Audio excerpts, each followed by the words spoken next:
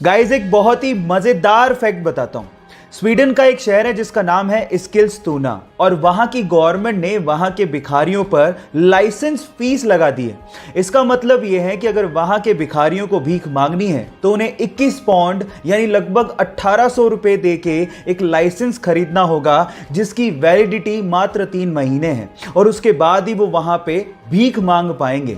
और अगर बिना लाइसेंस के वो भीख मांगते पकड़े गए तो उन्हें 342 पाउंड यानी कि लगभग 30,000 रुपए का जुर्माना भरना पड़ेगा। आपको क्या लगता है कि वहां की गवर्नमेंट ने ये स्टेप क्यों उठाया होगा? चैट सेक्शन में लिखना मत भूलिएगा। गाइस अगर आप रेड कलर कोक के केन को पानी में डालेंगे तो आप देखेंगे कि वो डूब जाएगा, लेकिन अगर आप डाइट कोक के केन को पानी में डालेंगे तो वो फ्लोट करने लगेगा। सवाल ये कि ऐसा क्यों होता है? आप में से कई लोग शायद ये कहेंगे कि ये मटेरियल की वजह से होता है जो कि कोक के केन को बनाने में यूज हो रहा है, लेकिन गलत। एक्चुअली ये हो रहा है डिफरेंट टाइप की शुगर को यूज करने की वजह से।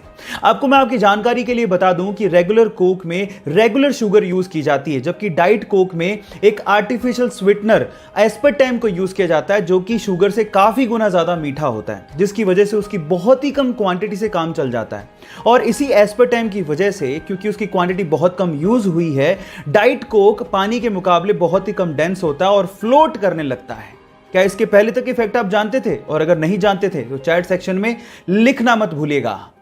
इंडिया में हर साल 28 फरवरी को साइंस डे यानी कि विज्ञान दिवस मनाया जाता है। उसके पीछे का रीजन यह है कि 28 फरवरी 1928 को डॉक्टर सीवी रमन ने रमन इफेक्ट की डिस्कवरी की थी।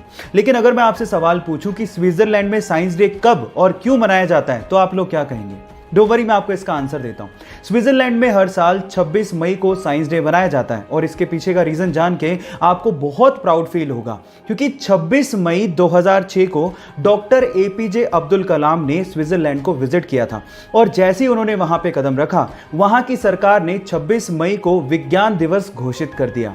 यह फैक्ट जान के आपको कैसा लगा? चैट सेक्शन में लिखना मत भूलिएगा। जहां एक और सिर्फ दिखावे के लिए इंडियन शादियों में ज्यादा खाना बना लिया जाता है, चाहे वो खाना बाद में फेंकना क्यों ना पड़े, वहीं इजिप्ट की शादियों में शादियां रेस्टोरेंट में होती हैं। वहां पर लोग आते हैं, अपनी टेबल को बुक करते हैं, जितना खाना है और जो खाना है वो ऑर्डर करते हैं। लेकिन सबसे मजे की बात यह है कि अपने खाने का बिल वो खुद ही पे करते हैं, क्योंकि वो ये चाहते हैं कि जिस परिवार में शादी है उस पर ज्यादा बोझ ना पड़े। वहीं इंडियन शादियों में एक बाप या तो दिखावे के लिए या फिर समाज क्या कहेगा इस डर से अपनी जिंदगी भर की पूंजी शादियों में लगा देता है, जबकि वो दिखावे में खर्च किया गया पैसा नवविवाहित जोड़े की नई जिंदगी के लिए काम आ सकता था।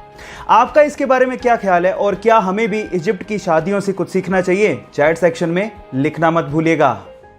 गाइस क्या आप जानते हैं कि इस दुनिया में सबसे ज्यादा पावरफुल पासपोर्ट कौन से देश के लोगों का है? डोंट वरी, मैं आपको बताता हूं। वो देश है जापान, जहां के लोग सिर्फ अपने पासपोर्ट के बलबूते पर इस पूरी ही दुनिया के 191 देशों में वीजा ऑन अराइवल या फिर फ्री वीजा से जा सकते हैं। सेकंड नंबर पे आता है सिंगापुर, जहां के लोग 190 देशों में वीजा ऑन अराइवल या फ्री वीजा से घूम सकते हैं। अब आप लोगों के दिमाग में सवाल आ रहा होगा कि इंडियन पासपोर्ट के क्या हाल हैं, तो मैं आपको बताता हूं। इंडियन पासपोर्ट के थ्रू यानी कि हम लोग सिर्फ 60 कंट्रीज में वीजा ऑन अराइवल या फ्री वीजा के घूम सकते हैं। ये फैक्ट जान के आपको कैसा लगा? चैट सेक्शन में लिखना मत भूलिएगा।